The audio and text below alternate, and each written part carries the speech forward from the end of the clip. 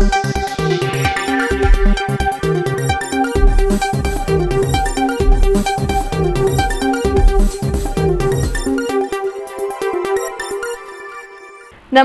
ಈ ನ್ಯೂಸ್ ಟಿವಿಯ ಸ್ಪೀಡ್ ನ್ಯೂಸ್ಗೆ ಸ್ವಾಗತ. ದೇಶ ಮತ್ತು ರಾಜ್ಯದ ಸಮಗ್ರ ಸುದ್ದಿಗಳು ಹಾಗೂ ಸ್ಥಳೀಯ ವಿದ್ಯಮಾನಗಳ ಪಟಾಪಟ್ ಸುದ್ದಿಗಳು. ನಕಲಿ ಘಟಿಕೋತ್ಸವ ಸರ್ಟಿಫಿಕೇಟ್ ಹಗರಣದ ಬೆನ್ನಲ್ಲೇ ಬಳ್ಳಾರಿಯ ಶ್ರೀಕೃಷ್ಣ ದೇವರಾಯ ವಿಶ್ವವಿದ್ಯಾಲಯದಲ್ಲಿ ಮತ್ತೊಂದು ಕರ್ಮಕಾಂಡ ಬೆಳಕಿಗೆ ಬಂದಿದೆ. ಬಳ್ಳಾರಿ ವಿಶ್ವವಿದ್ಯಾಲಯಗಳಂದ್ರೆ ವಿದ್ಯಾರ್ಥಿಗಳ ಭವಿಷ್ಯ ರೂಪಿಸುವ ಕೇಂದ್ರಗಳು. ಆದರೆ ಬಳ್ಳಾರಿಯ ಶ್ರೀಕೃಷ್ಣ ದೇವರಾಯ ವಿಶ್ವವಿದ್ಯಾಲಯ ಮಾತ್ರ ಮಾತಿಗೆ ವಿರುದ್ಧ ಎಂಬಂತಿದೆ. ಹಣ ಪಡೆದು ನಕಲಿ ಘಟಿಕೋತ್ಸವ ಸರ್ಟಿಫಿಕೇಟ್ ಕೊಟ್ಟಿದ್ದ ಹಗರಣದ ಬೆನ್ನಲ್ಲೇ ಯೂನಿವರ್ಸಿಟಿಯ ಮತ್ತೊಂದು ಕರ್ಮಕಾಂಡ ಬಯಲಾಗಿದೆ. ಡಿಗ್ರಿ ಫೇಲ್ ಆದ ವಿದ್ಯಾರ್ಥಿಗಳಿಂದ ಹಣ ಪಡೆದು ಪಾಸ್ ಮಾಡುವ ದಂಧೆಯಲ್ಲಿ ವಿಶ್ವವಿದ್ಯಾಲಯದ ಸಿಬ್ಬಂದಿಯೇ ಭಾಗಿಯಾಗಿರುವುದು ಹೌಹಾರುವಂತೆ ಮಾಡಿದೆ. ಆರ್ಮಾ ಜಲಸಂಧಿ ಸಮೀಪ ವಾಣಿಜ್ಯ ತೈಲ ಹಡಗಿನ ಮೇಲೆ ನಡೆದ ದಾಳಿಯಲ್ಲಿ 3 ಭಾರತೀಯ ನಾವಿಕರು ಸಾವನ್ನಪ್ಪಿದ್ದಾರೆ. ಹಾರ್ಮುಜ್ ಜಲಸಂಧಿ ಬಳಿ ವಾಣಿಜ್ಯ ಹಡಗಿನ ಮೇಲೆ ನಡೆದ ದಾಳಿಯಲ್ಲಿ 3 ಭಾರತೀಯ ನಾವಿಕರು ಸಾವನ್ನಪ್ಪಿದ್ದಾರೆ ಅಂತ ದೃಢಪಟ್ಟಿದೆ.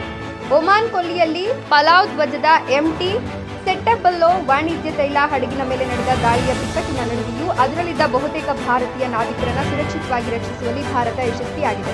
ತನ್ನ ನಾಗರಿಕರ ಹಿತರಕ್ಷಣೆಗೆ ಭಾರತ ಸರ್ಕಾರವು ಗರಿಷ್ಠ ಆದ್ಯತೆ ನೀಡಿದ್ದು ಅಮೆರಿಕ ಸರ್ಕಾರದ ವಿರುದ್ಧ ಕಠಿಣ ರಾಜತಾಂತ್ರಿಕ ಕ್ರಮಗಳನ್ನು ಕೈಗೊಂಡಿದೆ. ಕೇಂದ್ರ ಸರ್ಕಾರ ಎಥೆನಾಲ್ ಮಿಶ್ರಿತ ಪೆಟ್ರೋಲ್ ಮೇಲಿನ ಅಬಕಾರಿ ಸುಂಕವನ್ನು ಸಂಪೂರ್ಣ ರದ್ದುಗೊಳಿಸಿದೆ. ಕೇಂದ್ರ ಸರ್ಕಾರವು ಎಥೆನಾಲ್ ಮಿಶ್ರಿತ ಪೆಟ್ರೋಲ್ ಮೇಲಿನ ಅಬಕಾರಿ ಸುಂಕವನ್ನು ಪೂರ್ಣ ರದ್ದುಗೊಳಿಸಿದೆ. ಆದರೆ ಸಾಮಾನ್ಯ ಗ್ರಾಹಕರು ಪೆಟ್ರೋಲ್ನ ಬೆಲೆಯಲ್ಲಿ ತಕ್ಷಣಕ್ಕೆ ಯಾವುದೇ ಇಳಿಕೆಯಾಗುವುದಿಲ್ಲ.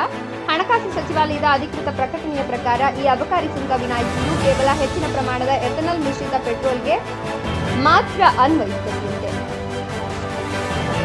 ಈ ಅಬಕಾರಿ ಸುಂಕ ವಿನಾಯಿತಿಯು ಕೇವಲ ಹೆಚ್ಚಿನ ಪ್ರಮಾಣದ ಎಥೆನಾಲ್ ಮಿಶ್ರಿತ ಪೆಟ್ರೋಲ್ಗೆ ಮಾತ್ರ ಅನ್ವಯಿಸುತ್ತದೆ. ಬೆಂಗಳೂರು ಮೆಟ್ರೋ 3ನೇ ಹಂತದ ಯೋಜನೆಗೆ ಕೇಂದ್ರ ಸರ್ಕಾರದ ಅನುಮೋದನೆ ಸಿಗುವ ಸಾಧ್ಯತೆ ಹೆಚ್ಚಾಗಿದೆ. ಡಬಲ್ ಡೆಕ್ಕರ್ ಯೋಜನೆ ಸೇರ್ಪಡೆಯಿಂದ ಅನುಮೋದನೆಗಾಗಿ ಬಾಕಿ ಉಳಿದಿದ್ದ ನಮ್ಮ ಮೆಟ್ರೋ 3ನೇ ಹಂತ ಯೋಜನೆಗೆ ಕೇಂದ್ರ ಸರ್ಕಾರದ ಅನುಮೋದನೆ ದೊರೆಯುವ ಸಾಧ್ಯತೆ ಹೆಚ್ಚಾಗಿದೆ ಅಂತ ಅಧಿಕೃತ ಮೂಲಗಳು ತಿಳಿಸಿವೆ. ಕೇಂದ್ರ ಸಾರ್ವಜನಿಕ ವಲಯದ ಸಂಸ್ಥೆ ಸಿದ್ಧಪಡಿಸಿರುವ ಕರಡು ವರದಿಯಲ್ಲಿ 44.65 ಕಿಲೋಮೀಟರ್ ಉದ್ದದ ಈ ಯೋಜನೆಯ ಆರ್ಥಿಕ ಆಂತರಿಕ ಆದಾಯ ಪ್ರಮಾಣ 15.9% ಇರಲಿದೆ ಅಂತ ಅಂದಾಜಿಸಲಾಗಿದೆ. ಇದು ಮೆಟ್ರೋ ಯೋಜನೆಗಳಿಗೆ ಅಗತ್ಯವೆಂದು ಪರಿಗಣಿಸಲಾದ 14% ಮಾನದಂಡಕ್ಕಿಂತ ಹೆಚ್ಚಾಗಿದೆ. ಕೋಲಾರ ಜಿಲ್ಲೆಯ ಮಾಲೂರು ತಾಲೂಕಿನ ಕೂರ್ನಹೊಸಹಳ್ಳಿ ಕೆರೆಯಲ್ಲಿ ಜೆಸಿಬಿ ಮತ್ತು ಟಿಪ್ಪರ್ಗಳ ಮೂಲಕ ಅಕ್ರಮವಾಗಿ ಮಣ್ಣು ಸಾಗಿಸಲಾಗುತ್ತಿದೆ ಎಂದು ಗ್ರಾಮಸ್ಥರು ಆರೋಪಿಸಿದ್ದಾರೆ.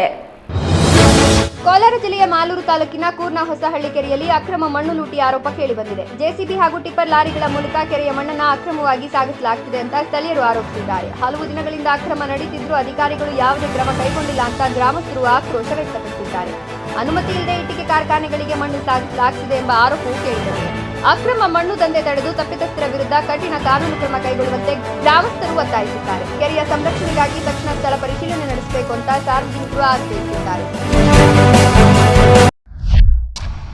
ನೆಲಮಂಗಲ ತಾಲೂಕಿನ ಕೆಂಗಲ್ ಗ್ರಾಮದಲ್ಲಿ ಚಿರತೆಯ ಓಡಾಟ ಮತ್ತೆ ಜನರಲ್ಲಿ ಆತಂಕ ಮೂಡಿಸಿದೆ. ನೆಲಮಂಗಲ ತಾಲೂಕಿನ ಕೆಂಗಲ್ ಗ್ರಾಮದಲ್ಲಿ ಮತ್ತೆ ಚಿರತೆ ಹಾವಳಿ ಕಾಣಿಸಿಕೊಂಡು ಜನರಲ್ಲಿ ಆತಂಕ ಮೂಡಿಸಿದೆ. ಕತ್ತಲಲ್ಲಿ ಬಾತುಕೋಳಿಯ ಮೇಲೆ ದಾಳಿ ನಡೆಸಿದ ಚಿರತೆ ಫಾರ್ಮ್ ಹೌಸ್ ಸುತ್ತಮುತ್ತ ಓಡಾಡ್ತಿರುವುದು ಸಿಸಿಟಿವಿಯಲ್ಲಿ ಸೆರೆಯಾಗಿದೆ. ಸೋಂಪುರ ಹೋಬಳಿಯ ಕೆಂಗಲ್ ಗ್ರಾಮದ ತೀರ್ಥಪ್ರಸಾದ್ ಅವರ ಸಮೃದ್ಧಿ ತೋಟದಲ್ಲಿ ಚಿರತೆಯ ಓಡಾಟ ಹೆಚ್ಚಾಗಿದೆ ಅಂತ ತಿಳಿದುಬಂದಿದೆ. ಕಳೆದ ವರ್ಷವೂ ಇದೇ ಫಾರ್ಮ್ ಹೌಸ್ನಲ್ಲಿ ಚಿರತೆಯ ಚಲನವಲನ ಸಿಸಿಟಿವಿಯಲ್ಲಿ ಪತ್ತೆಯಾಗಿತ್ತು. ಸಾಕು ಪ್ರಾಣಿಗಳ ಮೇಲಿನ ನಿರಂತರ ದಾಳಿಯಿಂದ ಗ್ರಾಮಸ್ಥರು ಭಯಭೀತರಾಗಿದ್ದು ರಾತ್ರಿ ವೇಳೆ ಹೊರಬರಲು ಆತಂಕ ವ್ಯಕ್ತಪಡಿಸಿದ್ದಾರೆ. ಚಿರತೆಯನ್ನು ಸೆರೆ ಹಿಡಿಯಲು ಅರಣ್ಯ ಇಲಾಖೆ ತಕ್ಷಣ ಬೋನ್ ಅಳವಡಿಸಿ ಕ್ರಮ ಕೈಗೊಳ್ಳಬೇಕು ಅಂತ ಗ್ರಾಮಸ್ಥರು ಒತ್ತಾಯಿಸಿದ್ದಾರೆ.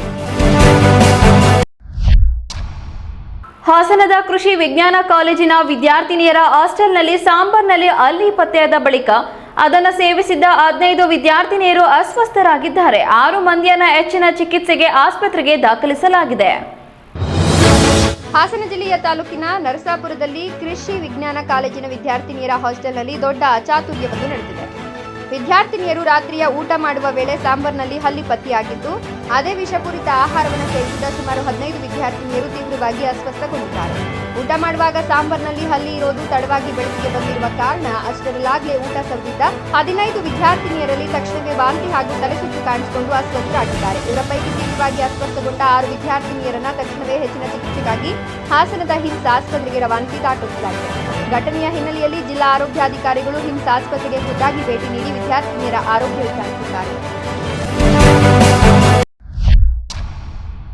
ಓದದೆ ಪದವಿ ಕೊಡಿಸುವುದಾಗಿ ನಂಬಿಸಿ ನಕಲಿ ಅಂಕಪಟ್ಟಿ ತಯಾರಿಸಿ ಮಾರಾಟ ಮಾಡುತ್ತಿದ್ದ ಜಾಲವನ್ನು ಬೆಂಗಳೂರು ಸಿಸಿಬಿ ಪೊಲೀಸರು ಭೇದಿಸಿದ್ದಾರೆ. ಓದದೇ ಇದ್ರೂ ಪದವಿ ಕೊಡಿಸೋದಾಗಿ ನಂಬಿಸಿ ನಕಲಿ ಅಂಕಪಟ್ಟಿಗಳನ್ನು ತಯಾರಿಸಿ ಮಾರಾಟ ಮಾಡುತ್ತಿದ್ದ ಜಾಲವೊಂದನ್ನು ಬೆಂಗಳೂರು ಸಿಸಿಬಿ ಪೊಲೀಸರು ಯಶಸ್ವಿಯಾಗಿ ಭೇದಿಸಿದ್ದಾರೆ. ನಗರದ ಕೋರಮಂಗಲದಲ್ಲಿ ಕಚೇರಿ ತೆರೆದು ನಕಲಿ ಅಂಕಪಟ್ಟಿಗಳನ್ನು ಸಿದ್ಧಪಡಿಸಿದ್ದ ಪ್ರಮುಖ ಆರೋಪಿ ರಾಜಾರೆಡ್ಡಿ ಎಂಬಾತನನ್ನ ಸಿಸಿಬಿ ಪೊಲೀಸರು ಬಂಧಿಸಿದ್ದಾರೆ. ಆದರೆ ಈ ದಂಧೆಯ ಪ್ರಮುಖ ಸೂತ್ರಧಾರಿಗಳು ಎನ್ನಲಾದ ಕಾರ್ತಿಕ್ ಹಾಗೂ ಆರ್ಯನ್ ಅನ್ನೋರು ಸದ್ಯ ಪೊಲೀಸರಿಂದ ತಪ್ಪಿಸಿಕೊಂಡು ತಲೆಮರೆಸಿಕೊಂಡಿದ್ದು ಅವರಿಗಾಗಿ ಖಾಕಿ ಪಡೆ ಬಲೆ ಬೀಸಿದೆ. ಸ್ವಯಂ ಉದ್ಯೋಗದ ಆಮಿಷವೊಡ್ಡಿ ಮಹಿಳೆಯರಿಂದ ಲಕ್ಷಾಂತರ ರೂಪಾಯಿ ಹೂಡಿಕೆ ಪಡೆದು ವಂಚಿಸಿದ್ದ ಎಸ್ಎಲ್ವಿ ಮಹಿಳಾ ಮಾರ್ಟ್ ಜಾಲ ತುಮಕೂರಿನಲ್ಲೂ ಬೆಳಕಿಗೆ ಬಂದಿದೆ. ನೂರಾರು ಮಹಿಳೆಯರು ಹಣ ಕಳೆದುಕೊಂಡು ಕಣ್ಣೀರು ಹಾಕುತ್ತಿದ್ದಾರೆ. ಹಾವೇರಿಯಲ್ಲಿ ಸ್ವಯಂ ಉದ್ಯೋಗದ ಹೆಸರಿನಲ್ಲಿ ಮಹಿಳೆಯರಿಗೆ ಕೋಟ್ಯಾಂತರ ರೂಪಾಯಿ ವಂಚಿಸಿ ಸದ್ದು ಮಾಡಿದ್ದ ಎಸ್ಎಲ್ವಿ ಮಹಿಳಾ ಮಾರ್ಟ್ ಕಂಪನಿಯ ವಂಚನಾ ಜಾಲ ರಾಜ್ಯಾದ್ಯಂತ ವಿಸ್ತರಿಸಿದೆ ಎನ್ನಲಾಗಿತ್ತು.